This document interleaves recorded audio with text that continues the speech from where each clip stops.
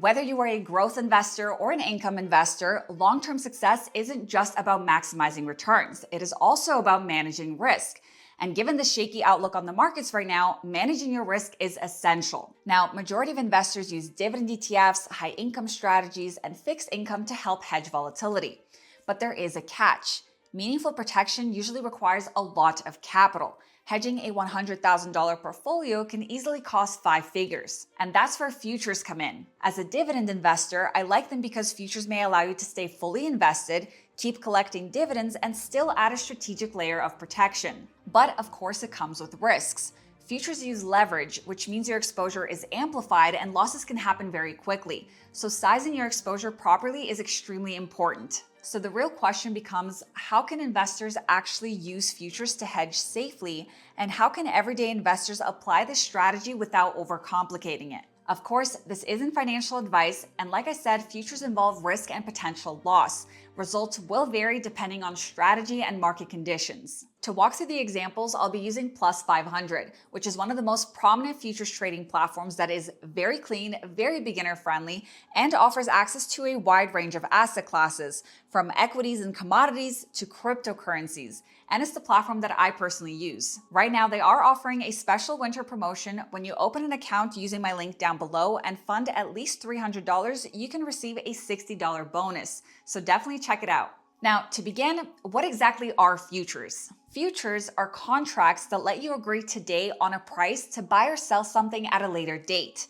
And that something could be oil, gold, the S&P 500, the NASDAQ 100, or even Bitcoin. So what that means is you're not buying or selling an asset right now, you are just simply locking in a price today for a transaction that will occur in the future. For example, imagine you are a lemon supplier with a large inventory of lemons. Think of this like holding a portfolio of stocks. Now, lemon prices have started to decline, and you're concerned that lemon prices might drop even further over the next month. If they do, you lose money selling them at that lower price. So instead of panic selling all of your lemons, you enter into a futures contract where you get to sell lemons next month at today's price. Let's say that's $1 per lemon. Now, fast forward to next month, lemon prices have dropped to 70 cents, a 30% decline.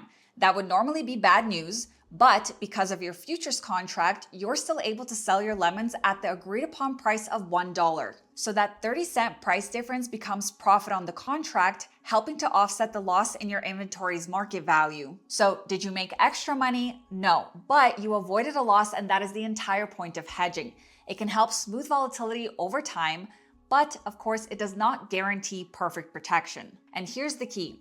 Thanks to that futures contract, you didn't have to sell anything to avoid the loss, or in real life, your stocks.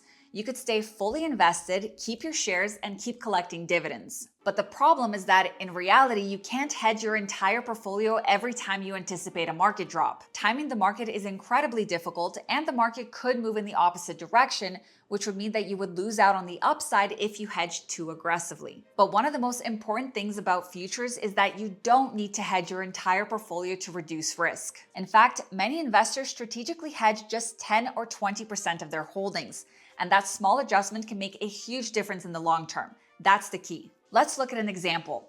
Suppose you hedge 30% of your portfolio using futures. If the overall market drops by 20%, that hedge alone could reduce your portfolio's drawdown to only 14%. That is a big difference. Now, factor in diversification, bonds, or high income generated from dividend ETFs, your overall downside could be reduced to only 12% or even 10%. This kind of strategic hedging can be a game changer, especially for investors who rely on their portfolios for retirement income.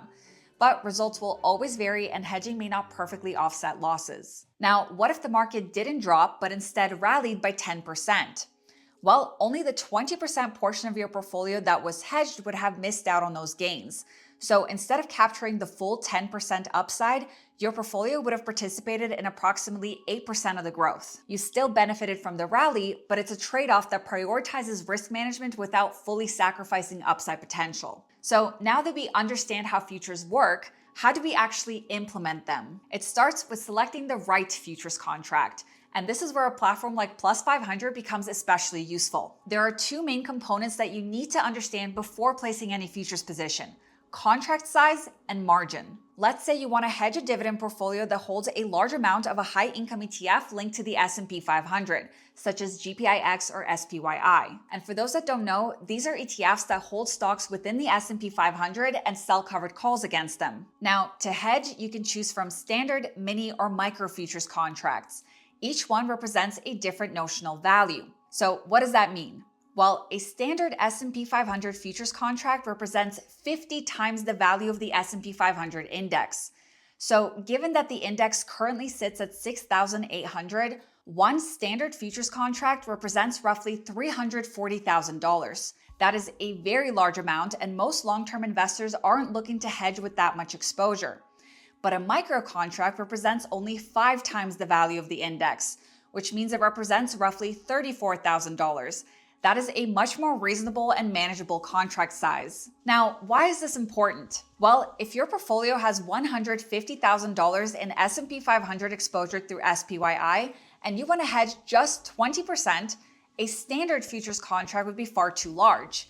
But by selling a single micro contract, you can hedge roughly $34,000, which covers that 20% exposure. Or if you wanted to hedge against 40%, then selling 2 S&P 500 micro contracts will provide that hedge. But here's the key. You don't need to put up the full $34,000 to hedge that portion.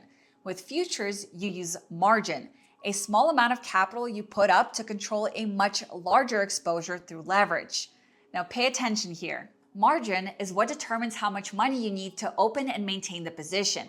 Leverage is what allows that margin to represent a much larger amount of market exposure. So using our example, how much do we actually need? For long-term hedging, which is our focus here, the key number is the full margin requirement, not the smaller intraday margin used for day trading. And margin is not the full contract value, so you're not putting up $34,000 for a micro futures contract. On Plus 500, buying or selling one S&P 500 micro futures contract requires roughly $1,750 in margin. That means you can hedge about 20% of a $150,000 portfolio, roughly $34,000 of exposure, using just $1,750 in your account. That is extremely powerful. But here's the part that most people overlook. Market moves affect the full $34,000 exposure, not just a $1,750 margin, which means that a 10% move on $34,000 is a $3,400 swing, not a $175 swing. That is why sizing exposure is critical for risk management. So you can think of margin as a security deposit, but because leverage is involved, gains and losses can occur very quickly. Now, on Plus 500, you have the ability to trade futures across a wide range of asset classes, from major stock indices like the S&P 500 and NASDAQ 100 to commodities such as oil, energy, and materials, to interest rates, and even cryptocurrencies like Bitcoin and Ethereum. Their platform is one of the most beginner-friendly platforms I have come across.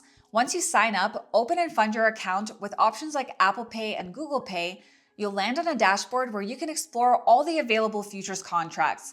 At the bottom, you will also find real-time charts and live market data to help guide your decisions. One of my personal favorite features is that Plus 500 offers a free unlimited demo account so that you can test out your trades and strategies without risking real money.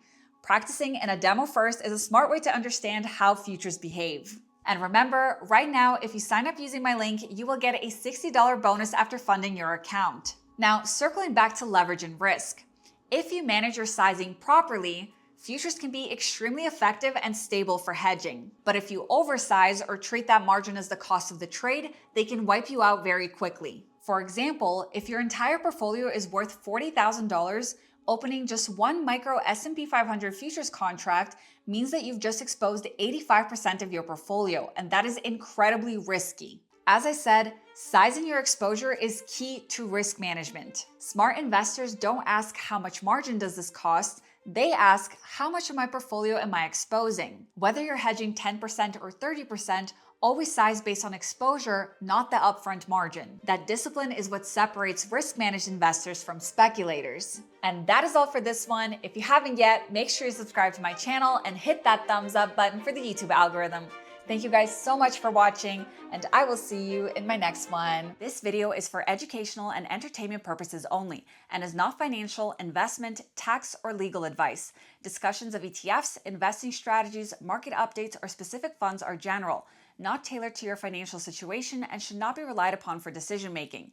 Investing involves significant risks, including total loss of principal, and past performance does not guarantee future results. I am not a registered financial advisor. My content reflects personal research and publicly available information. I may earn affiliate commissions from mentioned products or links disclosed per FTC guidelines, but these do not influence my opinions. Always consult a licensed financial professional and verify information independently. By watching this, you agree I am not liable for any losses or consequences from your actions. International viewers should consult local regulations.